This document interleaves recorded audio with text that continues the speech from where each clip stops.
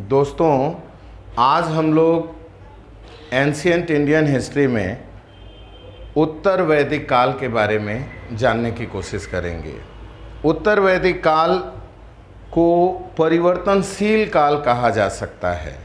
उत्तर वैदिक जो साहित्य है ये 1000 ईसा पूर्व से लेकर 600 ईसा पूर्व के बीच इसका काल माना जाता है। क्योंकि गंगा के ऊपरी मैदान में इसी काल में इसको लिखा गया था। उत्तर वैदिक काल को जानने के दो प्रमुख स्रोत हैं, जिसमें पहला साहित्यिक स्रोत है। साहित्यिक स्रोत के बारे में आप लोग जानते ही हो कि सामवेद, यजुर्वेद, अथर्ववेद, ब्राह्मण, आरण्यक, उपनिषद, पुराण आदि इन सब से इनके बारे में जानकारी मिलती है। और दूसरा पुरातात्विक स्रोत। पुरातात्विक स्रोत में दो प्रमुख स्रोत हैं, एक चित्रित धूसर मृद्भांड और दूसरा लोहे का प्रयोग से जो साक्ष्य प्राप्त हुए हैं। क्योंकि लोहे के प्रयोग के साक्ष्य जो हैं ये उत्तर वैदिक काल में ही प्राप्त हुए हैं, क्योंकि ऐसा माना जाता है कि मनुष्य को 1000 ईसा पूर्व के आसपास लोहे का ज्ञान हो गया था या लोहा को प्रयोग में लाने लगा था। अब हम बात करते हैं 1000 ईसा पूर्व में पाकिस्तान के गांधार में लोहे के बहुत सारे उपकरण प्राप्त हुए और 800 ईसा पूर्व के आसपास गंगा यमुना दोआब में एक जगह है अंतरजी खेड़ा, जो वर्तमान में बरेली उत्तर प्रदेश में पड़ता है, से लोहे के उपकरण के साक्ष्य मिले और यहीं से पहली बार कृषि से संबंधित लोहे के उपकरण भी प्राप्त हुए। इस काल में जो स्थायी ग्राम व्यवस्था थी अब उसका उदय हो चुका था, कबीलाई व्यवस्था का पतन होने लगा था और कृषि प्रधान जो अर्थव्यवस्था थी अब उसका जन्म हो चुका था। उत्तर वैदिक काल के साहित्य की बात करें तो उत्तर वैदिक काल के साहित्य के अनुसार इस काल में जो आर्य थे वो पंजाब से चलकर गंगा यमुना का जो दोआब क्षेत्र था उसके मध्य सारे पश्चिमी उत्तर प्रदेश तक अब ये फैल गए थे। और इस काल के प्रमुख राज्यों की बात करें तो इस काल के प्रमुख राज्यों में हस्तिनापुर, कौशाम्बी, अहिछत्र ये 3 प्रमुख राज्य थे। और बहुत सारे उस समय से लेकर आज तक जो उत्खनन हुए और अनुसंधान हुए उसके परिणाम जो निकले उसके अनुसार उत्तर वैदिक कालीन संस्कृति के लगभग 700 स्थल जो है अभी तक प्रकाश में आ चुके हैं, जहां सबसे पहले उत्तर वैदिक कालीन बस्तियां स्थापित हुई थीं और इन बस्तियों को चित्रित धूसर मृद्भांड या PGW पेंटेड ग्रेवेयर भी कहा जा सकता है। अब हम बात करते हैं लोहे के उपकरण के प्रयोग का। तो लोहे के उपकरण के प्रयोग से जो गंगा यमुना के दोआब का क्षेत्र था उसको साफ करना काफ़ी आसान हो गया और उसको साफ करने के बाद आर्यों का विस्तार जो था वो समूचे उत्तर भारत में फैल गया और मध्य देश जो था वो इनका मुख्य केंद्र बना। आगे चलकर उत्तर वैदिक जो काल था उसमें पुरु और भरत कबीला ये दोनों मिलकर कुरु कबीले का निर्माण किया, जिस पे कुरुक्षेत्र नाम पड़ा है। और इसी तरह तुर्वस और क्रीवी मिलकर अपने आप को पांचाल कहलवाए। कुरुओं की जो शुरुआती या प्रारंभिक राजधानी थी वो आसंदीवत थी, जिसमें सरस्वती और दृश्यद्वती यानी आज का घग्घर का जो पूरा एरिया था वो शामिल होता था। बाद में कुरुओं ने हस्तिनापुर को अपनी राजधानी बना ली और यहाँ के जो प्रमुख राजा हैं उनके बारे में आप लोग जानते होंगे, परीक्षित, जिनको मृत्यु लोक का देवता भी कहा गया है। कुरु का जो शासक थे परीक्षित, इनका नाम पहली बार अथर्ववेद में मिलता है। कहा यह भी जाता है कि कुरु वंश का जो अंतिम शासक था जिसका नाम था निचक्षु, वो अपनी राजधानी हस्तिनापुर से कौशाम्बी को बनाया, कौशाम्बी को ले गया। उसका कारण ये था कि हस्तिनापुर जो थी वो पूरी तरह से बाढ़ में नष्ट हो चुकी थी। इसी तरह जो पांचाल क्षेत्र था वो आज का बरेली, बदायूं और फर्रुखाबाद का जो एरिया है उसको मिलाकर कह सकते हैं, और इनकी राजधानी थी काम्पिल्य। कहा यह जाता है कि उस समय जो पांचाल था वो दार्शनिक राजधानियों के लिए काफ़ी प्रमुख केंद्र था और इस काल में जो पांचाल था वो काफ़ी विकसित राज्य था। शतपथ ब्राह्मण में पांचाल को वैदिक सभ्यता का सर्वश्रेष्ठ प्रतिनिधि कहकर बुलाया गया है या पुकारा गया है। और इसके बाद जो आर्यों का विस्तार था वो वरुणासी नदी की तरफ हुआ। वरुणासी जो बाद में मिलकर उसका नाम वाराणसी पड़ा और काशी के नाम से स्थापित हुआ। अब हम उत्तर वैदिक काल की राजनीति की बात करते हैं। तो इस काल में आप सबको पता होगा कि कबीलाई ढांचा टूट गया और पहली बार क्षेत्रीय राज्यों का उदय हुआ। इस काल में अब जन का स्थान जो था वो जनपद ने ले लिया और अब जो युद्ध था वो गायों के लिए न होकर क्षेत्र के लिए होने लगा था। 950 ईसा पूर्व के आसपास कुरु और पांचाल ये दोनों मिलकर हस्तिनापुर जो वर्तमान मेरठ है को अपनी राजधानी बनाई। लेकिन आगे चलकर इनमें दो गुट बन गए, कौरव और पांडव, जिसका मशहूर युद्ध भरत युद्ध के नाम से या महाभारत युद्ध के नाम से आप जानते होंगे। आर्यों की जो जनतांत्रिक संस्थाएं थीं जो पिछली क्लास में बताया था, जिसमें जो जन सभा समिति विदत जो थी वो उसका अब अस्तित्व तो पूरी तरह से समाप्त हो गया और सभा समिति पर जो थे वो राजाओं, पुरोहितों या बड़े लोगों का नियंत्रण या अधिकार हो गया। स्त्रियों को सभा की सदस्यता से लगभग हटाई दिया गया या बहिष्कृत कर दिया गया कह सकते हैं। राज्यों के आकार में बहुत ज़्यादा वृद्धि हुआ और वृद्धि होने के कारण जो राजा था वो काफ़ी शक्तिशाली हो गए। शतपथ ब्राह्मण में निर्वाचित राजा को विस्पति कहकर पुकारा गया है। अब आगे हम बात करें राष्ट्र, तो राष्ट्र शब्द जिसका अर्थ प्रदेश या क्षेत्र होता है सबसे पहले इसी समय में मिलता है। अथर्ववेद में बलि और उसके अलावा भाग और शुल्क ये 3 करों की काफ़ी चर्चा मिलती है और राजा की सहायता के लिए उच्च कोटि के अधिकारी नियुक्त किए जाते थे और शतपथ ब्राह्मण में इनको रत्निन कहा गया है। ये 12 थे, इनकी संख्या टोटल 12 थी और इस काल में स्थपति और सतपति नाम के 2 प्रांतीय अधिकारी मिलते हैं। ऐत्रेय ब्राह्मण के अनुसार अगर हम देखें तो जो राजाओं के क्षेत्र थे उनके अनुसार राज्य के नाम और उनकी उपाधियां अलग अलग मिलती हैं। जैसे कि मैं एग्जाम्पल के तौर पे बताता हूं, पूर्व में राजा को साम्राज्य और उपाधि सम्राट थी। इसी तरह पश्चिम में स्वराज्य और स्वराट उपाधि थी। उत्तर में वैराज्य विराट उपाधि थी। दक्षिण में भोज्य और इसकी उपाधि भोज थी और मध्य देश में राज्य और उसकी उपाधि राजा थी। इसी तरह अब हम उत्तर वैदिक काल की सामाजिक स्थिति की बात करते हैं तो इस काल में जो वर्ण व्यवस्था का आधार था वो अब कर्म पे आधारित न होकर जन्म पर हो गया। क्यों? क्योंकि ऋग्वैदिक आर्यों ने ऐसा सोचा कि अगर ये कर्म पे होगा तो उन्होंने अपने आप को असुरक्षित पाया।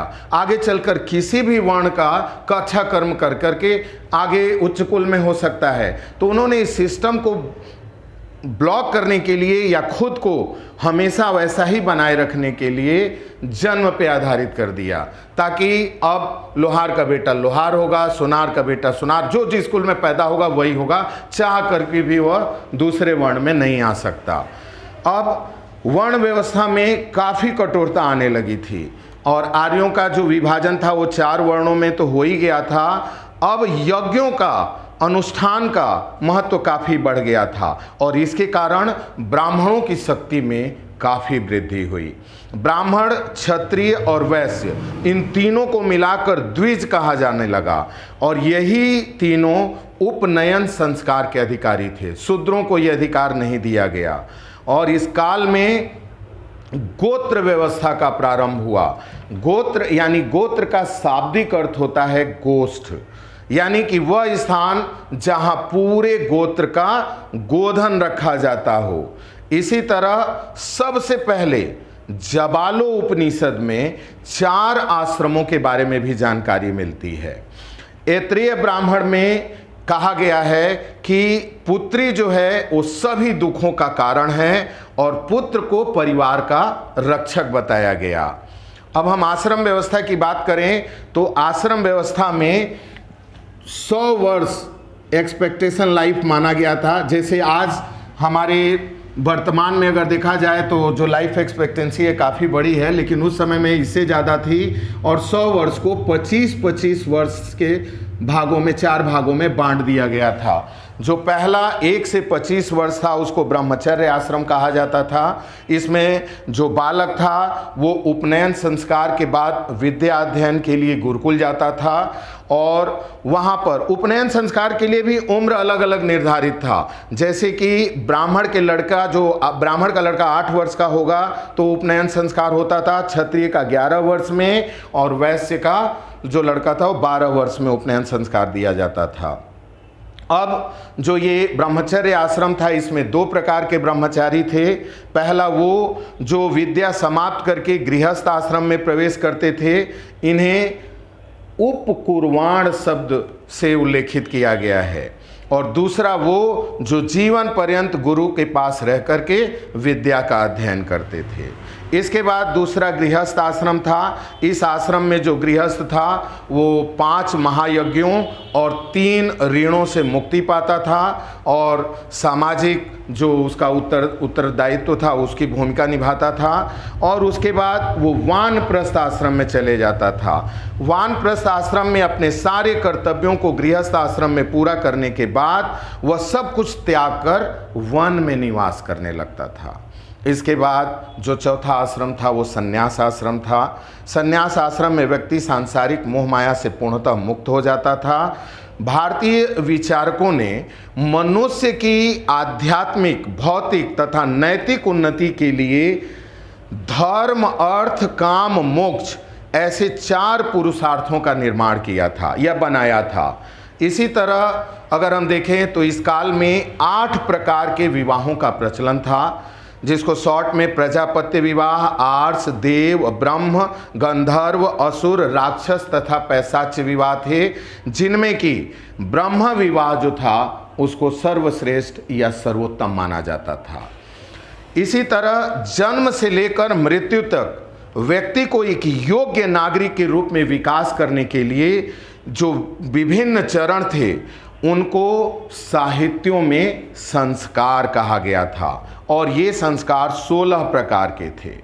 इसी तरह उत्तर वैदिक काल के आर्थिक जीवन की बात करें तो इस काल में जो आर्य थे ये पश्चिमी उत्तर प्रदेश, पूर्वी पंजाब और राजस्थान, इन सभी जगहों पे अब लोहे का प्रचलन काफ़ी मात्रा में प्रारंभ हो गया था, और इससे सबसे ज़्यादा फायदा कृषि को हुआ। और इसी कारण इस काल में आर्यों का मुख्य व्यवसाय जो था अब कृषि हो गया। और काठक संहिता में 24 बैलों द्वारा हल खींचे जाने का भी उल्लेख मिला है। अगर हम अथर्ववेद की बात करें तो अथर्ववेद के अनुसार सबसे पहले पृथ्वीवेन ने हल और कृषि को जन्म दिया। सबसे पहले शतपथ ब्राह्मण में कृषि की जो सारी प्रक्रियाएं हैं उनका उल्लेख मिलता है, और लोगों ने उस समय खाद का भी प्रयोग करना शुरू कर दिया था। अनाज मापने का पात्र भी ईजाद कर लिया था जिसको उर्दर कहा जाता था। शिल्प और व्यापार की बात करें तो उत्तर वैदिक ग्रंथों में कपास का जो वर्णन था अब वो नहीं मिलता है। जैसा कि पिछली क्लास में बताया था, सबसे पहले कपास सिंधु घाटी सभ्यता में, तो अब यहाँ कपास का वर्णन नहीं मिलता है बल्कि ऊन का वर्णन ज़्यादा मिलता है, और ऊन शब्द का प्रयोग कई बार हुआ है। कढ़ाई करने वाली जो स्त्रियां थीं उनको पेशकरी कहा जाता था। तैत्तिरीय आरण्यक में पहली बार नगर की चर्चा मिलती है, और हस्तिनापुर और कौशाम्बी ये 2 प्रारंभिक नगर दिखाई देते हैं या इनका वर्णन मिलता है। बृहदारण्यक उपनिषद में श्रेष्ठिन शब्द व्यापारियों के लिए प्रयोग किया गया है, जिससे ये अनुमान लगाया जा सकता है कि उस समय व्यापारी वर्ग का विकास हो चुका था। इसी तरह तैत्तिरीय संहिता में ऋण या लोन या कर्ज के लिए कुसीद शब्द मिलता है। इस काल में आर्यों को समुद्र का ज्ञान हो गया था, और इस काल के लोग हाथी पालने लगे थे जिसका साक्ष्य मिला है, और लाल मृदभान इस काल में सबसे ज़्यादा प्रचलन में था। अब मुद्रा और विनिमय की बात करें तो शतपथ ब्राह्मण में महाजनी प्रथा का पहली बार जिक्र मिलता है। इस काल में सर्वाधिक प्रचलित जो मुद्रा थी वो थी जिसमें आहत सिक्के के बारे में आप लोग जानते होंगे, जो लगभग 6वीं शताब्दी तक चलता रहा। पंचमाग जिस पे पंच कर दिया जाता था उन्हें आहत सिक्के कहा जाता था। और इसी तरह सूदखोर के लिए कूसे दिन शब्द का वर्णन मिलता है। नियमित सिक्के तो प्रचलन नियमित सिक्कों का उस तरह प्रारंभ नहीं हुआ था। हाँ, जो मैंने पिछली क्लास में बताया था निष्क, जो कि गले का पहले आभूषण था, अब वो सोने के एक माप की इकाई हो गया था। और अथर्ववेद में सबसे पहले चांदी का उल्लेख मिलता है। अब हम उत्तर वैदिक काल के धार्मिक स्थिति की बात करते हैं तो इस काल में जो धर्म का रूप था अब वो बहुदेववादी हो गया था। मनुष्य का उद्देश्य भौतिक सुखों की प्राप्ति करना हो गया था। प्रजापति, विष्णु, रुद्र अब ये महत्वपूर्ण देवता हो गए थे और इंद्र, अग्नि, वरुण अब इनका महत्व कम हो गया था, जो कि पीछे पहले ज़्यादा था। और सृजन के देवता माने जाने वाले प्रजापति को सर्वोच्च स्थान दिया गया था। यज्ञ का महत्व काफ़ी बढ़ गया था और उसमें काफ़ी जटिल कर्म कांडों का समावेश कर दिया गया था। इस काल में प्रत्येक वेद के अपने पुरोहित हो गए थे। जैसे एग्जाम्पल के में ऋग्वेद का होता, सामवेद का उद्गाता, यजुर्वेद का अथर्वयु और अथर्ववेद का ब्रह्मा, ये नाम कहलाते थे। और ऋत्विज जो कि मुख्य पुरोहित के रूप में सभी यज्ञों का पर्यवेक्षण करने वाला कहलाता था। मृत्यु की चर्चा सबसे पहले शतपथ ब्राह्मण में और इसी तरह मोक्ष की चर्चा सबसे पहले उपनिषद में मिलती है। पुनर्जन्म की जो चर्चा है वो बृहदारण्यक उपनिषद में पहली बार दिखाई देती है। निष्काम कर्म का जो सिद्धांत था उसका वर्णन जो था वो सबसे पहले हमको ईशोपनिषद में मिलता है। और बड़े स्तर पे जो किए जाने वाले यज्ञों का आयोजन था, समारोह जो सामूहिक रूप से किया जाता था, उसमें 4 यज्ञ महत्वपूर्ण थे। राजसूय, वाजपेय, अश्वमेघ और अग्निष्टोम, ये जो थे ये महत्वपूर्ण यज्ञ हो गए थे।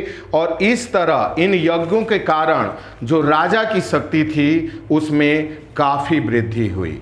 अब इन जो सारे सोर्सेज कि जिससे ये जानकारी मिलती है उत्तर वैदिक काल के राजनीतिक, आर्थिक, सामाजिक, धार्मिक, उन स्रोतों के बारे में थोड़ी सी बात कर लेते हैं। पिछली क्लास में हम लोग अथर्ववेद के बारे में बात किए थे, ऋग्वेद के बारे में बात किए थे। तो ऋग्वेद को छोड़कर बाकी जो सोर्सेस हैं उनके बारे में बात कर लेते हैं। तो सबसे पहले हम बात करते हैं वैदिक साहित्य की। वेद शब्द जो है ये विद धातु से बना है जिसका अर्थ होता है जानना या ज्ञान। चारों वेदों को मिलाकर सामूहिक रूप से संहिता कहा जाता था। और ऐसा कहा जाता है कि जो वेदों का संकलन था वो कृष्ण द्वैपायन ने किया था। और वेदों की रचना देवताओं के द्वारा किए जाने के कारण ही इसको कहीं कहीं अपौरुषेय भी कहा जाता है। अब हम सामवेद की बात करते हैं तो सामवेद में लगभग कुल ऋचाओं की संख्या 1876 है, जिसमें अगर हम 75 को छोड़ दें तो बाकी सब ऋग्वेद से ली गई है। ये भारतीय संगीत शास्त्र की सबसे प्राचीनतम पुस्तक है और इसकी 3 शाखाएं हैं, कौथुम, जैमिनीय और राणायनीय। अब हम यजुर्वेद की बात करें तो यजुर्वेद गद्य एवं पद्य दोनों में लिखा गया है। इस ग्रंथ में यज्ञ की जो विधियां हैं उस पे ज़्यादा जोर दिया गया है। इसमें 40 मंडल हैं और लगभग 2000 मंत्र हैं।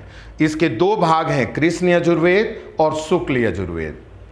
कृष्ण यजुर्वेद गद्य में लिखा गया है और शुक्ल यजुर्वेद पद्य में लिखा गया है। अब अथर्ववेद की बात करें तो इसकी रचना आप सभी जानते होंगे अथर्वा ऋषि ने की है। इसमें तंत्र, मंत्र, जादू टोने का वर्णन किया गया है और साथ ही इसमें तत्कालीन भारतीय औषधि और विज्ञान संबंधी भी जानकारी दी गई है। इसकी 2 शाखाएं हैं, शौनक और पिप्लाद। इसमें वास्तुशास्त्र के बारे में काफ़ी महत्वपूर्ण जानकारी दी गई है और राष्ट्रीय भावना का उल्लेख सबसे पहले इसी वेद में मिलता है। ब्राह्मण की बात करें तो इसकी जो रचना थी वो वेदों के कर्म कांड की व्याख्या या उसको आसान करने के लिए की गई थी। इसी तरह अरण्य की बात करें, अरण्य यानी जंगल होता है, इसकी रचना कहा जाता है कि जंगलों में की गई थी। और इसका जो प्रमुख विषय था वो था रहस्यवाद, प्रतीकवाद और दर्शन। ये तीनों इसके प्रमुख विषय थे। और ये भी ध्यान रखना कि अथर्ववेद का कोई आरण्यक नहीं है। उपनिषद की बात करें तो जो प्राचीनतम दार्शनिक थे उन्हीं के विचारों का ये संग्रह है। इसमें खास तौर पर आत्मा, ब्रह्मा का जो संबंध है उसके बारे में काफ़ी विवरण किया गया है। उपनिषद जो है ये मुख्यतः ज्ञान पर बल देता है। कुल 108 उपनिषद हैं और इन 108 उपनिषदों में 10 ऋग्वेद से, 19 शुक्ल यजुर्वेद से, 32 कृष्ण यजुर्वेद से, 16 सामवेद और 31 अथर्ववेद से है। उपनिषदों की रचना कहा जाता है कि 800 से 500 ईसा पूर्व के मध्य की गई थी। और आप सभी लोगों को पता ही होगा कि जो भारत का राष्ट्रीय वाक्य है सत्यमेव जयते, ये मुंडको उपनिषद से लिया गया है। अब हम वेदांग की बात करते हैं तो वेदांग जो है ये सूत्र के रूप में है। इसमें कम शब्दों में अधिक तथ्यों को रखने का प्रयास किया गया है। ये वैदिक साहित्य को समझने में काफ़ी सहायता करते हैं। मुंडको उपनिषद के अनुसार जो वेदांग हैं उनकी संख्या 6 है। शिक्षा, कल्प, व्याकरण, निरुक्त, छंद और ज्योतिष। इसी तरह हम उपवेद की बात करें तो उपवेद जो है ये वैदिक साहित्य के अंतर्गत ही आते हैं और ये टोटल 4 हैं, जिसमें फर्स्ट है आयुर्वेद। आयुर्वेद चिकित्सा से संबंधित है और इसका जन्मदाता ब्रह्मा को माना जाता है। धनुर्वेद युद्ध कला से संबंधित है, इसका जन्मदाता विश्वामित्र को माना जाता है।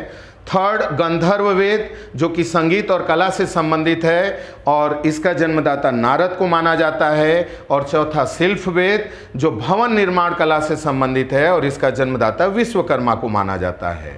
अब हम दर्शन शास्त्र की बात करें तो दर्शन शास्त्र की संख्या टोटल 6 है और 6 शाखाओं के कारण ही इसको षड दर्शन कहा गया है, जिसमें फर्स्ट है न्याय जो कि तर्क पे आधारित है और इसके प्रतिपादक गौतम ऋषि थे। इसी तरह सेकंड वैशेषिक जो कि पदार्थ पे आधारित है और इसके प्रतिपादक कणाद ऋषि थे। थर्ड सांख्य जो कि नास्तिकता पे आधारित है और कपिल मुनि थे इसके प्रतिपादक। योग पे बल देता है जिसके प्रतिपादक पातंजलि थे। और पूर्व मीमांसा जो कि ब्रह्मा और व्यवहारिक धर्म पे जोर देता है जिसके प्रतिपादक जैमिनी थे। और उत्तर मीमांसा ये व्यवहारिक धर्म और ब्रह्मा पे जोर देता है जिसके प्रतिपादक बादरायण थे। अब हम पुराण की बात करें तो वराह पुराण के अनुसार इनकी कुल संख्या 18 है, 18 है। पुराणों की रचना कहा जाता है कि गुप्त काल में हुई थी और पुराणों को भारत का सबसे प्राचीन विश्वकोश भी कहा गया है। इसमें नंद वंश से लेकर गुप्त वंश के शासकों का पूरा वर्णन मिलता है। अब हम धर्मशास्त्र की बात कर लेते हैं। धर्मशास्त्र जिनको स्मृति भी कहा जाता है और इतिहास की दृष्टि से देखा जाए तो सबसे इंपॉर्टेंट है मनुस्मृति। मनुस्मृति की रचना 200 ईसा पूर्व से लगभग 200 ईस्वी के बीच मानी जाती है और बाकी जो अन्य स्मृतियों की रचना थी ये गुप्त काल से गुप्तोत्तर काल के बीच में की गई। वर्तमान की अगर हम बात करें तो वर्तमान में जो भारत की दंड संहिता है और मौलिक अधिकार है ये स्मृतियां ही हैं। अगर इन्हें आप ध्यान से पढ़ेंगे तो आपको ये समझ में आएगा कि कहीं ना कहीं स्मृतियों से ही इंस्पायर हैं। तो इस तरह ये उत्तर वैदिक कालीन जानकारी मैंने दिया। उम्मीद है आप लोग को पसंद आएगी। धन्यवाद।